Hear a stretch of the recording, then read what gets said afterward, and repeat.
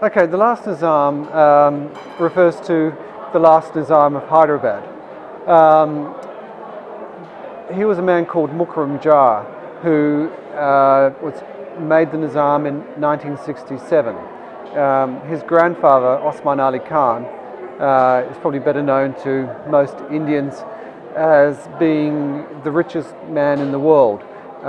His forefathers, the Asaf Jahi dynasty, ruled over the state of Hyderabad, which was the largest of India's princely states.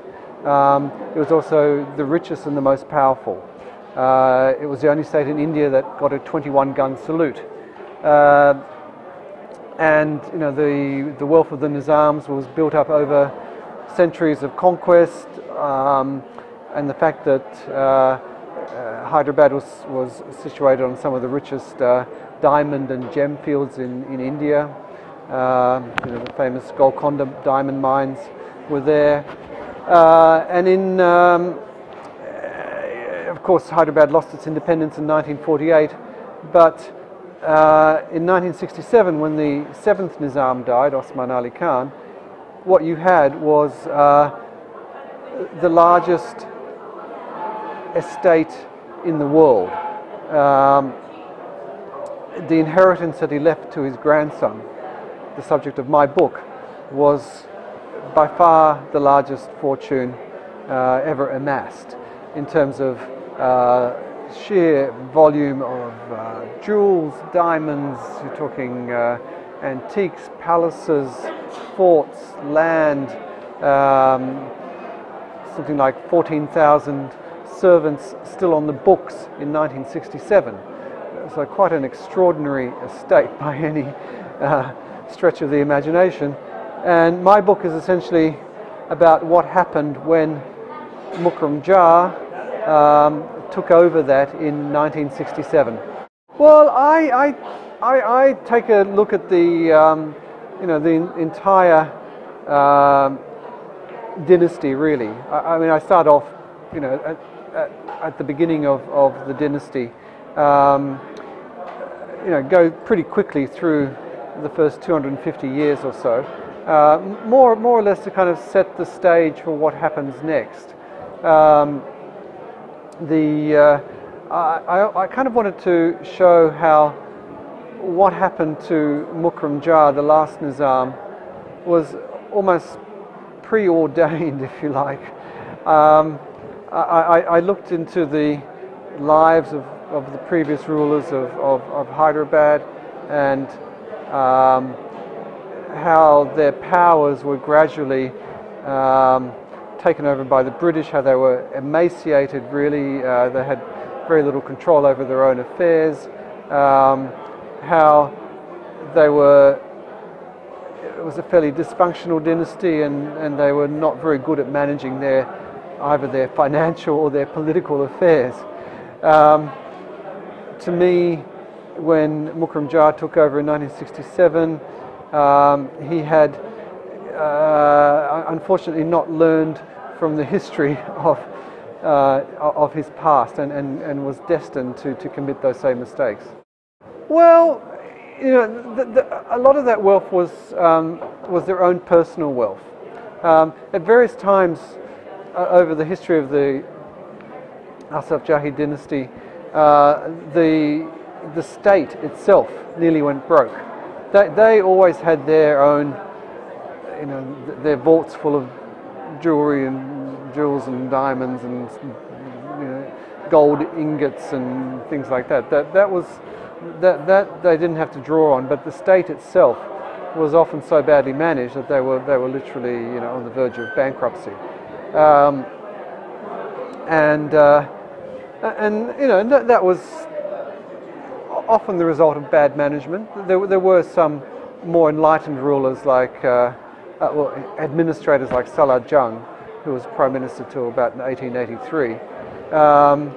And then even the 7th Nizam, Osman Ali Khan, did a fair job at modernizing Hyderabad. You know, we set up Osmania University, various other institutions, public hospitals, did a lot of public works, dams, irrigation, and so on. So it wasn't a complete disaster, but it could have been a lot better. Well, see, what happened was when Mukram Jah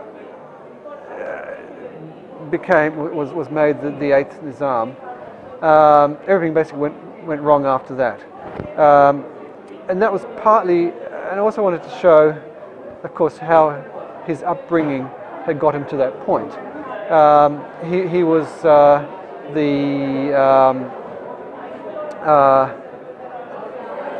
he had spent very little time in India. He was actually born in India, but his mother was Turkish, his father was Indian. In 1931, this arranged marriage took place, which was meant to cement the ties between the two largest Muslim dynasties of the day. So you had the Ottomans on the one hand, and the Asaf Jahis, the Nizams, on the other. And that was meant to, this arranged marriage was meant to cement those ties. Now what happened, of course, was that Jah, like all, followed the typical upbringing of Indian princes at that time. He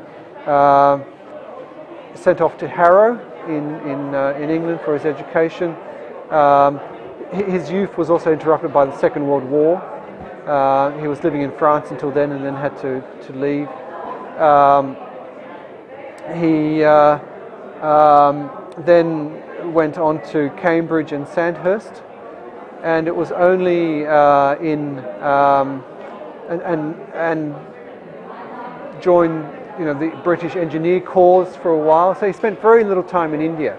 So when he was called upon to take over this the extraordinary responsibility that he suddenly was put on his shoulders to sort out this huge estate, which was in a complete mess, his first impulse was to run away, which is what he did. Well, the rest of the story is how he ran away to Australia, became a sheep farmer in Western Australia. He bought himself a 500,000 acre sheep station, and unfortunately, while he was, looking, well, he wasn't a particularly good sheep farmer. He actually, one of the reasons why he bought the property in the first place was because he liked bulldozers. And he was quite an eccentric, and he used to like driving bulldozers through the desert. But the problem was that he left the administration of this vast estate in the hands of people who he thought he could trust, but in fact he was unable to.